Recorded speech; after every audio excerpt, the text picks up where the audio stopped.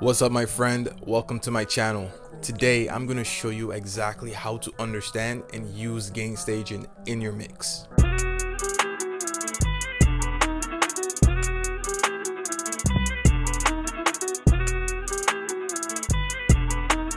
If you're new to my channel, I'm Macro from Mixing with Macro.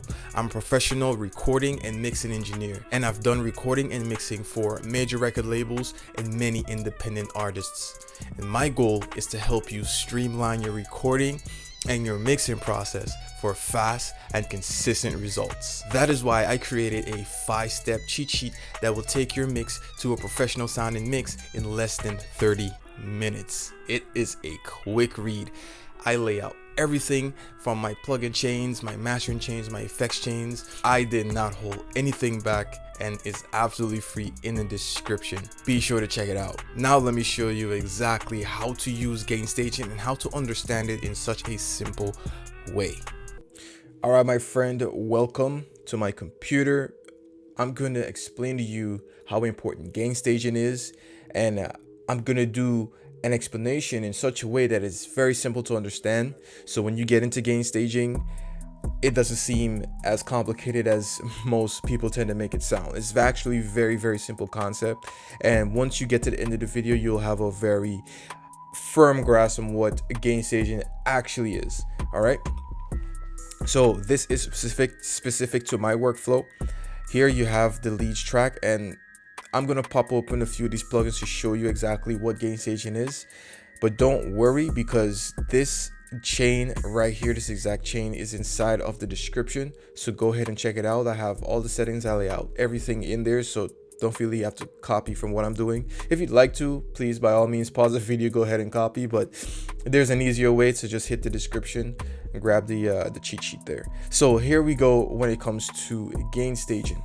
Now, we call it a plugin chain, meaning that it connects from one link to the other, and it's all linked together. So think of a Cuban link, think of a chain link fence, think of something that's linked together like this. All right, so when we have a chain, we mean that everything is linked together. So I have the EQ linked to my RVox, then I have the RVox linked to this plugin. Is not this is just for example purposes, I'm gonna just deactivate that completely. So I have my EQ linked to my RVox, I have the RVox linked to my Pro EQ, and then I have it linked to my compressor, then so on and so on and so forth. All right, so it's all linked together, meaning that everything that happens from the top of my chain, this is the top of the chain and this is the end of the chain. When it comes to the lead vocal, everything that happens from the top of the chain affects the next plugin below it, and then what happens in this plugin affects the next plugin below it, and so on and so on and so forth. And the way I think of it is, which I recommend you think of it as well, every plugin in your chain is a stage. All right, so this is the first stage, the second stage, third stage, fourth stage. All right, and every stage needs to have optimal plugin volume, because we could turn things down from the meters here. We could have the meters jumping along, and then we could want to turn things down by just turning down the volume. But keep in mind that this volume right here is happening, it's going to turn down everything post. So after all of these plugins have its settings, its levels, everything set inside of the plugins, when you look to turn up or down this volume here, this volume here is happening after everything is happening here. So you're pretty much, if you're overloading your plugins, you're pretty much going to just turn down an overloaded signal pretty much. So that's very simple.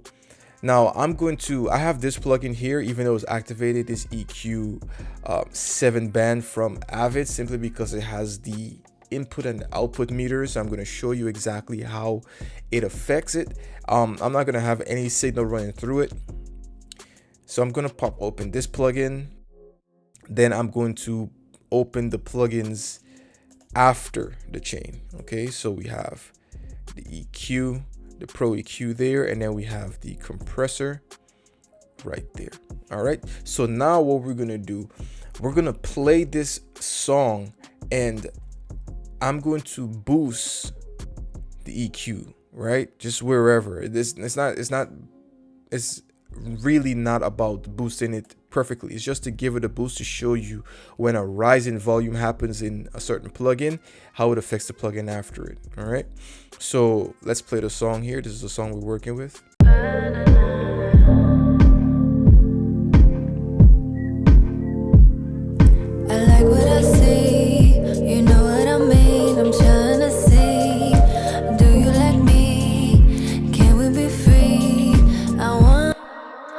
So I'm going to boost.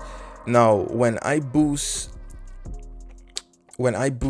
this plugin here, I'm going to start with the output, and I'm also going to boost in here. So when I boost, look at the next plugin. So remember, our next plugin right after the EQ7, which is here, is our Pro Q, which is this plugin right here.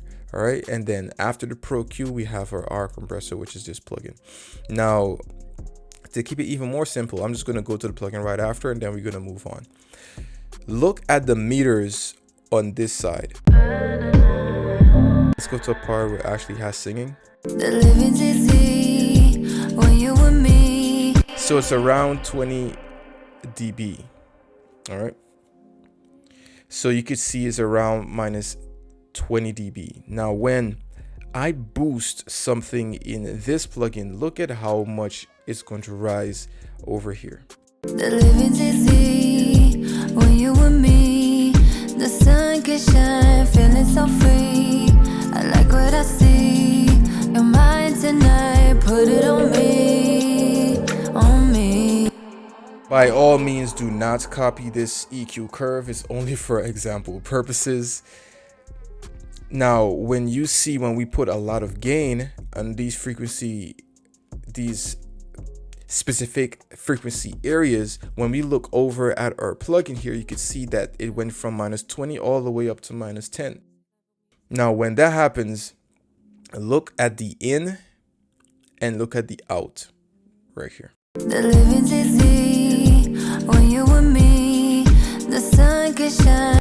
Now we have more gain coming out of our plugin, right? So all that gain that's coming out of our plugin here is going into our plugin here, and then it's coming out of our EQ here as well. So what we want to do is match the level. All right, gain stage, it's called, for another name for it is called level matching as well. So how we would do level matching, just say we wanted our EQ here, you know, this is the curve that we're going to go with. I don't recommend it, but this is, say that's the curve, just for example for purposes.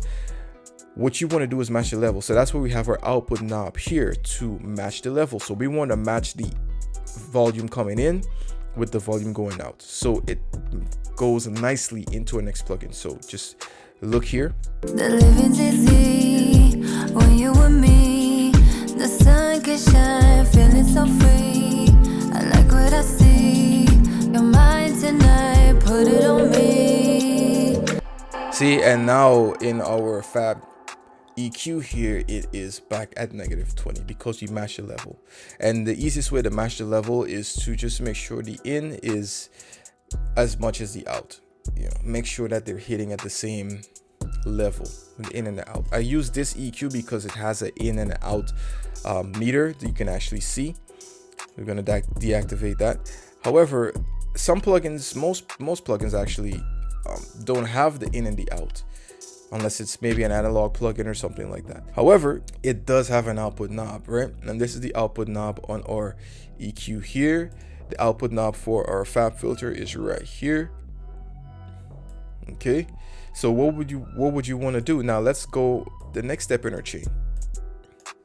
When you don't have the input and the output knob, you can't really see the two levels. You might be using a plugin that don't have the input knob, but once you have the output knob, you already know the level that you're going to be out at. So just say we have our EQ here. This is our EQ. We're enjoying what we're doing here. It sounds really good, but we don't want to overload our plugin. The living's easy. Because look at our compressor as we push the output here. The living's easy when you with me. The sun can shine, feeling so free. I like what I see. See how everything just started overloading? And that is what a lot of newer engineers they do. They overload their plugins thinking louder is better. I just need to like push it into red and all. Like, you're gonna get a lot of distortion doing that. So what you want to do, just say you might have, just say, let's just exaggerate what we did here. The living's easy when you with me. The sun can shine, feeling so free. I like what I see. All right, so this is just an exaggerated example. We have this curve right here. We already heard that curve is not really sounding really cool, but just for sake of example, let's just say you in the next stage. Remember, every plugin is a stage, right? So the next stage is our compressor here. Let's just say once you get to this stage, we have a lot of, it's already hitting the red. The living's easy. Right, it's hitting the red up here. We don't want it that high because you can hear that digital distortion already. Now, let's just say you're having that. What you need to do is go back to a previous stage and turn down your gain. All right, just turn down your gain. The living's easy when you with me. The sun can shine, feeling so free. I like what I see. Your mind tonight, put it on me. So you might be asking yourself, like, how do I know what level I need to get my signal at when it goes into the next plugin? You see, this is around minus 11.4. Let's play. Let me show you. The living's easy when you with me. The sun can shine, feeling so free. Yeah, all right, nice. In the yellow is really good. Between -6, -12 dB is optimal. Above -6 is a little bit too much because that's where you're going to be pushed into red. I'm going to undo these because this curve is not very friendly to your ears. It was just a something to show. So yeah, and we're going to turn this back up here. All right, so yeah, so once you have everything like that gain staged, that's pretty much what gain staging is. It's not this big complicated thing, because when it's explained in a way that's not very simple, it seems to be very complicated and it seems like there's a lot to think about. But the more you mix, the easier it'll become for you to gain stage every single time. And yeah, it's actually pretty simple. Make sure that your vocal is coming in at a good level and it's hitting your plugins at a good level. So by the time it hits the last plugin in your chain, you're coming out at a really good level and you're still in the green. If you want to go deeper in and dive deeper, I have a bunch of mix from scratch videos I have on my channel, so make sure to go ahead and check that out, where I go through every single plugin and I gain stage everything and I explain the concepts a little bit deeper. So go ahead and check that out. And that's it for gain staging. Make sure you have a great rest of your day and enjoy mixing. I'll see you in the next video. That's it, my friend. That's exactly how to understand gain staging and how to use it in your mix to get the best results and the best quality in your music. If you have any questions about gain staging specifically, or just something that you want me to cover in future videos, please feel free to leave a comment down below, because I see all the comments and I will respond, okay? And do not leave here empty-handed. Be sure to check the description for the 5-step cheat sheet that will take your mix to a professional sounding mix in less than 30 minutes. I did not hold anything back, so please do not leave here empty-handed. I promise you, you will not be disappointed. And feel free to use the comments to let me know how well it worked for you. I'll see you in the next video. Peace.